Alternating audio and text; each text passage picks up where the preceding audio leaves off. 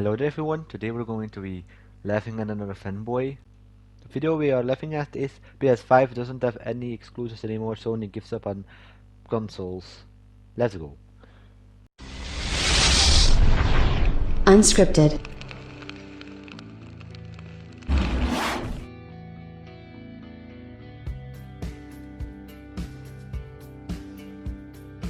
You guys probably remember a while back I said, you know what, I don't trust any of these executives. I think that they're all in it for the money, they're all in it for themselves, and obviously we have that type of situation sort of rear its ugly head.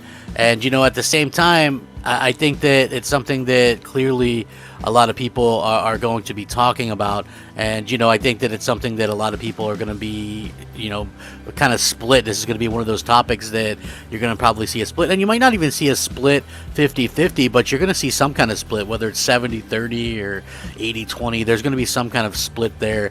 And I think it's going to be very interesting. No, you're not gonna see a split.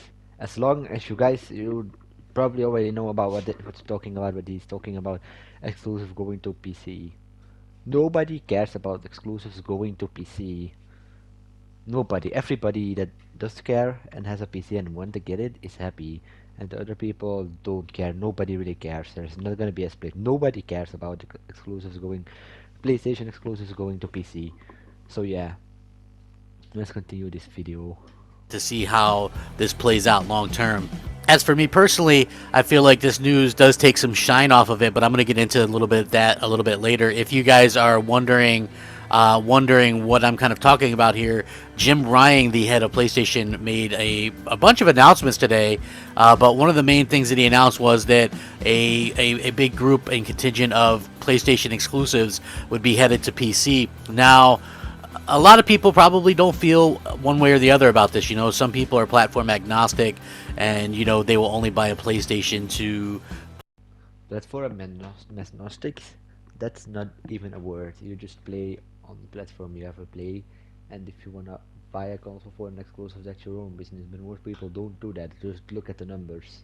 Most people buy a PlayStation or an Xbox for Call of Duty, Rocket League, Fortnite. Like, let's be honest, how much you hate Fortnite here. You can't even tell me. Most Fortnite has like a 50% attach rate or something. The highest selling PS exclusive only has 15%, so people don't really buy consoles for exclusives. So yeah, putting them on PC is much better for Sony and the consumer, because the consumer can actually choose if they wanna actually gets an option for playing the game, and Sony gets more money. So yeah, let's. But if you wanna think that's okay too, but it's just not the right opinion. It's not good. It's just not correct.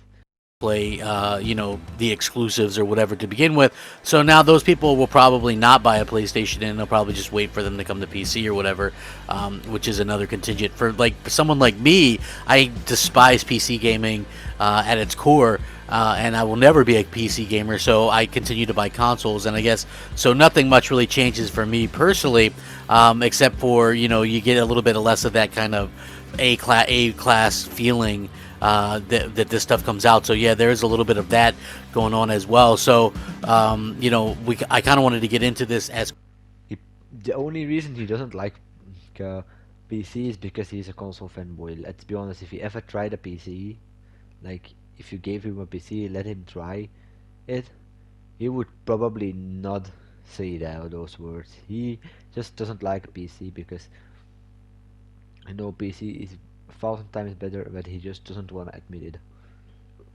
And for the A class thing, that's just stupid. You literally get the same experience if it goes to the PC or it doesn't. It's literally the same experience. You don't get an A class experience on the PS4 or 5 when they get an exclusive or not. Like, stop gatekeeping, because these people are literally gatekeeping games for other people who don't have a PlayStation, don't and are not interested for a PlayStation. So yeah. quickly as possible because there is a lot to cover here, and I wanted to jump into it. So let's get started. What's up, everybody? Crap Gamer here with Crap Gamer Reviews, back with another video. Thank you so much for checking it out. I really do appreciate it. Please like, share, subscribe. I would appreciate that as well. It helps out the channel, and it means a lot to me personally. If you're looking for a way to help out my little pissant channel, that's the best way to do it. And shout out to all the old subscribers, new subscribers, and everybody in between. I think you guys are all great. Thank you guys very much for always rocking out with me. Again, I wanted to get into this as quick as Instead of subscribing to his channel, subscribe to my channel. It's totally free, and I'm not a fanboy, and I at least am entertaining. So yeah. Also, smash a like while you're down there. Thank you. possible, because I got a pretty hot take on this. So Jim Ryan did a weird video, and I'm gonna link this so you guys can check it out. So this is basically what it says. What about PlayStation games on PC? A whole slate of them is on the way, starting with Days Gone this spring. So again, that word right there, a whole slate of them is on the way this spring. And and then jumping right into what Jim Ryan says, I feel like that's something that is obviously very much going to be a heated topic, and something that a lot of people are going to be talking about for a long time. And again, this is something that I feel like people are going to have a very different opinion on. Some people are just going to be like, you're overreacting, you're this, you're that. For me personally, I think that it does take off some of that shine, and it does sort of take away some of that wow factor of a console. And and I still think Yeah, everything in that blog post is pro consumer. You were just a fanboy, like for real. Like it at least gives people options. Like instead of having to play on PS4, they play on Xbox or Series. They play on no not on Xbox. They play on PC with the highest settings and probably higher FPS too. Because yeah, but yeah, let's just continue watching this crap. that it's the console is still going to be needed. But here's a question that they asked in this interview. So releasing PlayStation games on PC was something that Sony PlayStation held back on for a long time. Now it sounds like you're very much on the bandwagon. What changed? And Jim Ryan's response was as followed. I think a few things changed. We find ourselves now in early 2021 with our development studios and the games that they make in better shape than they've ever been before, particularly from the latter half on the PlayStation 4 cycle. Our studios made some wonderful, great games. There's an opportunity to expose those great games to a wider audience and recognize the economics of game development, which are not always straightforward. The cost of making games goes up with each cycle as the caliber of the IP has improved. Also, our ease of making it available to non-console owners has grown. So it's a fairly straightforward process and decision for us to make. This is following on from their publishing of Horizon Zero Dawn on PC in August of last year, and they asked how that went. He says, we assess the exercise in two ways. Firstly, in terms of straightforward success of the activity of publishing the game on PC, people liked it and they bought it. We also looked at it through the lens of what PlayStation community thought about it.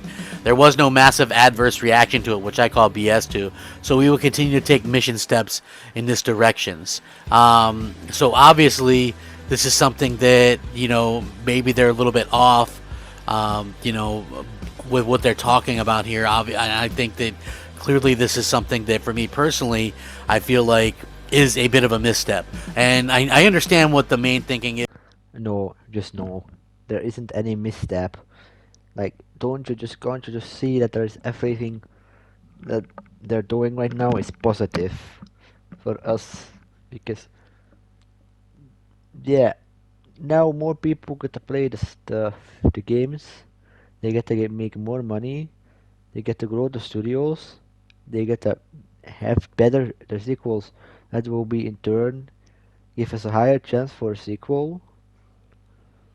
And if those sequels get made, they become higher quality because they can put more money into them. And yeah, how are those things negative? Explain. Is right here, okay, right? So from the sounds of it, it sounds like it's going to be old games. They're not going to be day and date, and that's good. Like it's going to be like ports of PlayStation 4 games. You want to get, but at the same point, that means you can't go, well, Days Gone is exclusive, or Horizon Zero. Like, you literally have to throw the exclusive argument out of the door, because I think that it's going to be a situation, that really kind of represents the big change here, the big change that's coming.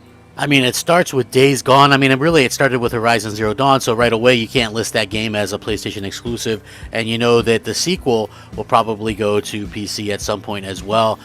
Days Gone as well was a game that, and you can't really go, well, maybe those games sold poorly or whatever, because they're not. I mean, Days Gone supposedly sold. You know why they're doing this, right? They saw the sales on Horizon. They were like, oh, Horizon sold really good on PC. And after this year, they saw really record-breaking sales. Do you really not think the company wants to replicate them? And they think the only way they can replicate the record-breaking sales that they had is by having another, is by doing the same things that they did this year. And what did they do this year? Put PC games on, put PS4 games on PC. So yeah, that's literally what they're going to do. Because they want to replicate those sales numbers. So yeah, PS4 and PS5 will probably be left with no exclusives, and before we continue watching this video, consoles will probably not survive. There will probably only be this generation and the next generation, and maybe another generation after that, and then when streaming is ready, which will probably be in the next few generations, we will probably adopt that instead of having traditional consoles. That's just how that will work, because that will be more convenient, that will make the companies more money, and the companies will be like, yeah, let's stop making consoles. And maybe Nintendo Switch will survive, but not the PS4, or the PS5, or the Xbox. It's literally not gonna happen. So yeah, let's continue to watch. 7 to 10 million in that range. Horizon Zero Dawn was in the 10 to 15 million range. I would imagine that Spider-Man's going to go to PC, and that's at the $20 million sold range. So again, you're going to see a bunch of these games go to PC, and it really does take away sort of that exclusive mentality. And again, I've stated this multiple times, because a lot of people go, well, exclusives are anti-consumer or stupid anyway. There shouldn't be exclusives, and I always point this out, okay? You have 3 consoles, okay? You have a Nintendo, you have a PlayStation, you have an Xbox. If all 3 of these consoles played the exact same game. First of all, what exclusive mentality? Um, the only people that have those mentality from, oh, I have these exclusives that you can play are fanboys or gatekeepers. And that's not a good mentality to have. So I would rather you lose that mentality than still have it. And I think everybody else would rather have that too, because who likes gatekeepers, and who likes those kind of people? Like, let's be honest. Yeah, let's continue to watch the video. How long do you think we would continue to have 3 consoles? Right?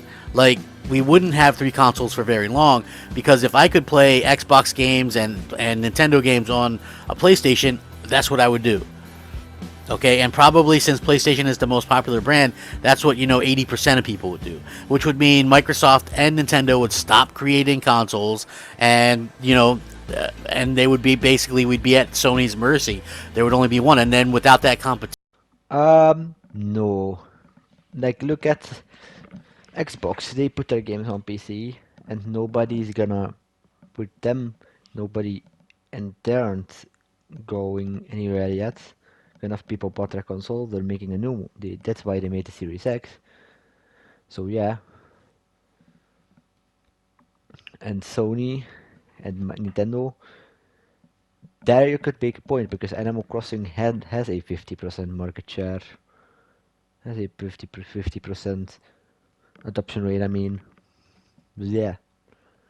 And Nintendo games really sell like fire, so yeah, but that's something that would never happen. We would all be stuck in a situation where Sony could charge what they want, do what they want, and that's not good for anybody. exclusives really push the industry. They differentiate the consoles themselves from each other. And I understand that PC's different platform, and I'm fine with that because listen, I was an Xbox fan for a long time, and even though people like to bring up something that happened in 2016, like me and Phil going at it over Quantum Break going to PC, it wasn't just because it was going to PC. It was because it was going to PC 3 weeks. They announced it 3 weeks away from launch, where for 3 years they called it an exclusive to Xbox. Okay, that's the huge difference. Xbox has always had games that were on PC and console. Halo 1 and Halo 2, Gears 1. You just continue to kind of look at it that way. They've always had a lot. KOTOR. You know, So yeah, now you're contradicting yourself. So yeah, now you're saying yeah, Xbox never always survived without not without exclusive, but with their biggest games also being on PC. So yeah, you really aren't making a case for yourself why PS exclusives shouldn't be on PC. Because yeah, that's literally that how that works. Because now they make more money if they port them on PC. Yeah, the video is almost over, so finally I can not have go through this pain anymore. Okay, let's watch it and totally end over. they always had a lot of games that were on both. That was not really my issue. Like I do think that you need something specific to your platform to keep people vested and to keep people interested and to give people a reason to want your platform. But for me, it's almost like look, Sony just posted their biggest uh, you know income revenue ever. Okay, their biggest ever. They basically are making what Nintendo and Xbox divisions are combined, and yet that's not enough. You know what I mean? I understand that the price of games are going up and stuff like that, but they're literally making more money than they ever have before. And so much like Microsoft trying to double the price of Xbox Live Gold, I feel like this is a bit of a misjudging the room and kind of reading the room wrong. And I do feel like that's kind of a mistake. Yeah, and why do you think that is? It's because, of course, I mean, the virus thing that's been going around the world recently. That's why people, that's why gaming has been selling more than usual. Is because everybody's stuck at home and more people are buying stuff. So yeah, but they want to see profits. They still want to see profits, and that's why they ported Horizon because they saw yeah we can make a lot of money, and now they're gonna do it again because they can make a lot of money out of them porting stuff to PC. So yeah, let's continue to watch this crap. At the end of the day, am I going to continue to buy PlayStation games? Yeah, I'm a console gamer. For the same reason I still buy Xbox and Xbox games, okay? Is because I'm never going to be a PC gamer. I'm never going to be a cloud gamer, right? So the place for me to play are these consoles, and that's what I suspect most people will say and most people will do. But at some point, you have to realize Sony is keeping pushing people, right? They're going to keep pushing it, right? It started off as, well, you know, we want, we're going to put, a game here or there, maybe a multiplayer game on PC, right? And then, then it was a 3-year-old game, and now it's a 2-year-old game, and then next thing you know, it's a day and date game. And I think that that's probably where this is all headed. And I guess each of us has to kind of assess that and look at it sort of as it is as a whole, and for me personally, is it going to stop me from gaming? No. Is it a little depressing? Yeah. For me personally, like as I get older, as I approach that big 4-0, and I've been gaming since like the 1980s, But does that have to do with it? That basically proves one of my points that I've always been telling people that most fanboys are just these people who are really old and have been gaming and are gaming because they can't leave the past behind and not because they truly enjoy it. Like the past is the past, but yeah, literally, if you have been gaming since PS1 and stuff, that doesn't really matter for what they're doing now because they want to make money and they're saying the future, and in the future, people will not buy these PS4, PlayStations, and Xbox anymore because when streaming comes out, having just streaming, just turning on your TV, getting a controller or a keyboard and mouse, and streaming through your smart TV or your Chromecast would be much more convenient than going out buying a console, buying games all separately. The casual market will literally just turn on their TV, stream their games, and that will be it. And the hardcore people will buy PCs, and maybe the Switch model will also survive. But the console model, how it is right now, will not survive. So yeah, you will probably in a couple of 10, 15 years you will probably be cloud gaming, and if you don't know how to cloud gaming, you're gonna be PC gaming. So yeah, you're not later you're not gonna have your way crap. Yeah, that was your name, crap gamer. Oh yeah, let's finish this video and call it a day, guys.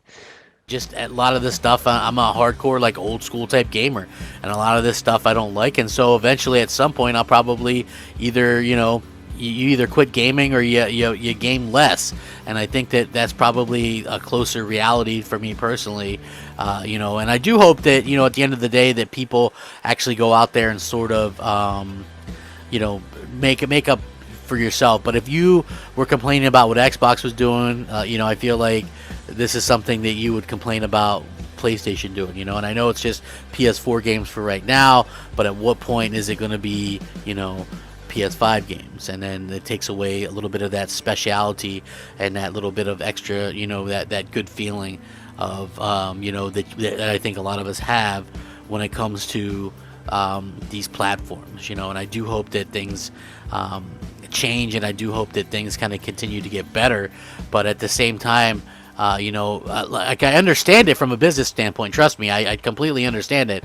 But at the same time, I'm like, man, this sucks. Just, I mean, that's just my opinion. I just think that it kind of sucks. And I do hope that we see, some kind of something. I don't know, if you're unhappy about it, I say speak up. That's the best bit of advice I can give you. Let them know. Maybe speak with your wallet. So, with that being said, I would love your guys' thoughts and opinions. I'm going to link this interview down below. You guys can check it out. Let me know. Thank you so much for watching. Have a good day. Rack 'em up. Crap Gamer out. Unscripted. So yeah, that's it for today's video. Be sure to leave a like, subscribe, and comment in the comment section down below if you wanna see more of this kind of content. And yeah, I enjoyed. I hope you guys enjoyed the video as much as I loved making it. And peace out.